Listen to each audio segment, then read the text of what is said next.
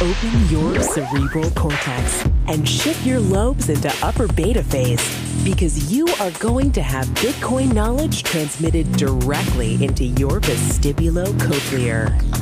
Your host at Bitcoin Knowledge is Trace Mayer, an early Bitcoin advocate since it cost $0.25, but this is not intended to be investment advice. A doctor of jurisprudence, but this is definitely not legal advice. And an investor in core cryptocurrency infrastructure, including Armory, BitPay, Kraken, and Mitagio, but this is not a recommendation of those services. Here, you get fed via direct mind download with pure and free Bitcoin knowledge.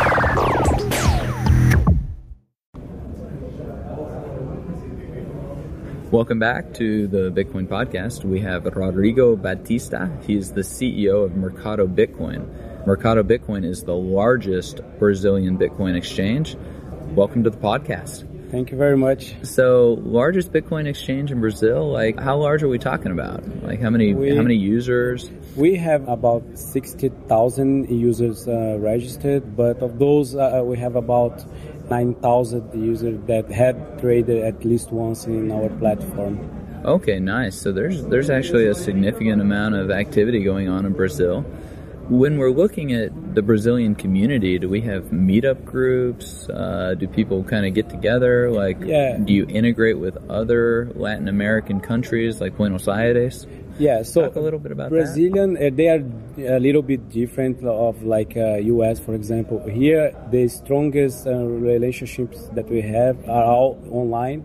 So we have like big Facebook groups, for example. So there's one Facebook group called Bitcoin Brazil that has about 10,000 people.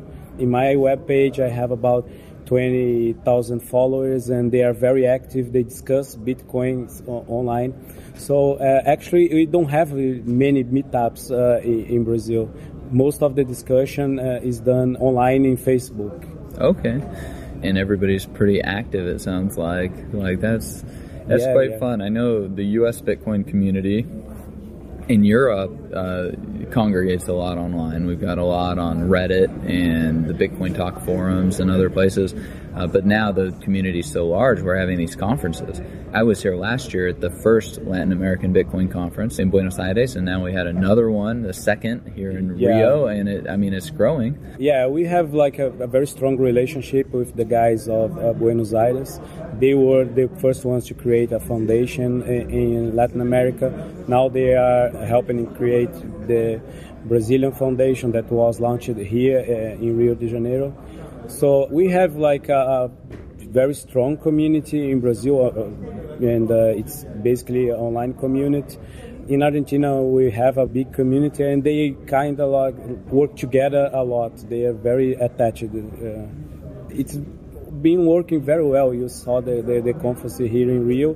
There's a lot going on. Yeah, and you get a lot of these cross-border work that goes on. Like I'm going to be interviewing, and I have interviewed quite a few other people down here in Rio, and it's very exciting to see the integrations with Chile and Bolivia and Venezuela and Argentina and Brazil. It's almost like one big market, this whole Latin American market down here. Yeah, exactly. Yeah, Brazil, of course, is the biggest one because the population is 250 million people. Yeah, it's more than 200 people. But those countries, they all like it. It's good that all of them speak Spanish. Brazilians speak Portuguese. That's quite similar. And we all have the same needs. We have like governments that are very crazy when dealing with monetary policy. Printing everything. And they print money like crazy guys. And that is a problem that Bitcoin solves. And we are work together to build good solutions in each country. So is that one of the main use cases in Brazil or in Latin America in general, like the savings, the store of value component of Bitcoin, even with the volatility? Yeah, here in Brazil, the two main cases, one is the savings, so people buy a lot for savings. Here in Brazil, for example, if you buy something abroad, you have to pay a 6.5% fee if you pay with credit cards or debit cards. So Bitcoin is also a way to avoid that fee, for example. So I see that it's increasing in my platform. People asking our customer support how to do international purchases using Bitcoin. So I think that's about 10% of our flow. That's what's pretty good, I think. And it's probably it's increasing. And the press now, they sometimes refer to Bitcoin as a way to avoid that tax. At some point, the government will care about it. But we've got major retailers now that are accepting Bitcoin, like Overstock. They take Bitcoin internationally, 200 plus countries. Exactly. And so Brazil is one of those. And so now you can buy from Overstock and get it shipped in.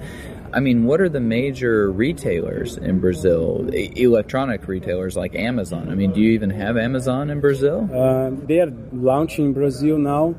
The biggest retailers, I've been talking to some of them. They still are very skeptical about Bitcoin. But it's my job, like convincing them and going there and explain again.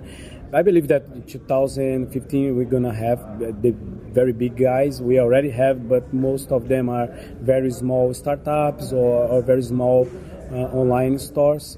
But what Brazilians do usually is that they pay for stuff that they buy abroad in Europe or US or even in China. People say that Bitcoin is prohibited in China, but there are a lot of websites that take Brazilians Bitcoins for their products. So the people that buy Bitcoins to do payments, they do payments abroad, not in the local market. Interesting. And so the local market will, because they don't accept the Bitcoins, they might be at risk of losing market share because they don't accept Bitcoin as a payment. I think so, but like everywhere else, the number of people that use Bitcoin to buy goods is still small, but it's increasing a lot. And I think that what I see here, some of those big retailers and even the big payment processors in Brazil, they are already thinking about it. Definitely it's something that's going to change next year. So you've had a little bit of legal fun down here in Brazil. From what I understand, you had a bank account, and the bank tried to close it, which is happening often in the U.S. Yeah, what did you do about it? So I don't know how exactly it works in the U.S., but here banking is a public service that the government allow the banks, the institutions to operate. And what we did, they closed the account, but we went to court to fight them. And we won. And the judge said that they cannot close our account with no reason. So the bank did not give a proper reason for the court to close our account, and they had to reopen it. And now, for them to do something, they need to somehow to make it null the decision of the court here in Brazil. So we now have like a stealth account that can be touched by the bank. You have a bank account that's very protected. Yeah, exactly. That's exactly. That's actually very encouraging, probably, for your business. Yes, it gives you a lot of. You might not necessarily know what the regulators are going to do, but you at least know that the bank isn't going to be able to engage in this arbitrary and capricious activity towards their public service of providing a bank account. Yeah, exactly. And if that happens again, we're gonna keep fighting. In Brazil, we have 6 banks. We have accounts in 4 of them, and we are gonna fight a little bit more to have accounts in the 2 other ones. You know, just kind of going back in time a little bit, how did you get drawn into Bitcoin? Like, what brought you into it? I mean, you've been around Bitcoin for a while, and of all things, like, why start an exchange? I first heard of Bitcoin in 2011 in a local scientific magazine. And then beginning of 2012, I started dealing with it. My background, I was an IT developer for Morgan Stanley here in Brazil and US. I used to develop stock trading bots. And then I went to another Brazilian bank working in electronic trading as well. So I have this technology and business background. I'm graduated in business and financial engineering. So Back in 2012, when I got what Bitcoin is, when I finally understood, it took some time to me to understand it. I realized that it was big stuff, and then additional to start trading, I started looking for people to start a business. Back there, the exchange business was the only one. Well, it's the first network effect, speculation, and then merchants. Yeah, exactly. And then we built the exchange. At some point, I had to leave my job at Santander that I was working at. And I left Santander, and I started fully dedicating to the business. It is growing. It's very nice, and we didn't get funding, for example. It's all our money, and now we are going to the second business, that's payment processing. So one thing that we're gonna do in the next month is helping local merchants to start accepting Bitcoin. So that's the other business we are doing now. And also, as you said, we have a very good position in Brazil, and we start expanding to Latin America and maybe even Europe. I don't see why we should not just stay here. That's great. So you're going to start moving into the merchant acquisition space. I hope you do a wonderful job. Then you might be a potential BitPay acquisition target. I hope so. Get to work with Alberto Vega down in Buenos Aires. Yeah, we're very close to Alberto. We have some very good conversations. Brazil is a good market. I know that BitPay is coming to Brazil, and I help them. I think that one of my roles is that to help even competitor companies to get to the Brazilian market, because BitPay, for example, they have the resources to go to brands and to go to places that I have no resources, and I would not mind of having a small share of a bigger pie. Yeah, that's really a good way to look at the cooperation even among competitors in the space. Yeah. Like Tony at his presentation here, he said it's very important to focus on doing something and doing it extremely well. Yeah. And so BitPay, they focus on merchant processing. But even within merchant processing, you could focus on the U.S., you could focus on the EU, you could focus on Latin America. Even within Latin America, you could focus on Brazil. And that's a gigantic market in and of itself. Yeah, exactly. Even that sub niche in Bitcoin. So, I think the whole Bitcoin pie is really, really large. The potential. And there's really no, trying to do everything. You try to catch all the rabbits, you never catch any of them. Yeah, exactly. So that's exactly how I think. So I think everybody in the industry should focus on making it easier for customers, and that's the only way of getting the pie bigger, and also educating and create the network that uses Bitcoin to solve problems. You got the Bitcoin network itself, but then you got the community network around it. Exactly. Comprised of exchanges and merchant processors and independent consultants and security consultants and auditors. And you just have all across the spectrum: mining, hardware, swag. You got the branding and the T-shirts. Exactly. We just have so much in this fledgling little industry. So many things that people can be focused on and doing, and having more people coming in, having a growing, expanding industry. That's just good for everybody, in my opinion. I agree. Yeah, I agree. Yeah. When you look at the Brazilian market, let's look at the things that you're most worried about. What keeps you up at night here in Brazil? One thing is, it's not only about Brazil, but running an exchange business is not easy, because you are all the time, 20 hours a day, 7 days a week. You have people's money to deal with, so that's tough. But for example, what makes sleep is we don't have tight regulations as you guys have in US. But what makes me not sleep is we never know how our government will react. So it's in US, even if it's the regulation is not good, you have a more predictable government. Here in Brazil, we never know what's going to happen the following day. So we know that it's good now that they said that they won't regulate or they won't bother us, but you never know if the following day something is going to change. So that's the most worrying part of Bitcoin business here in Brazil. Yeah, just the kind of the inaction or the unpredictability of potential regulators or anybody. It's nice to know the rules of the road.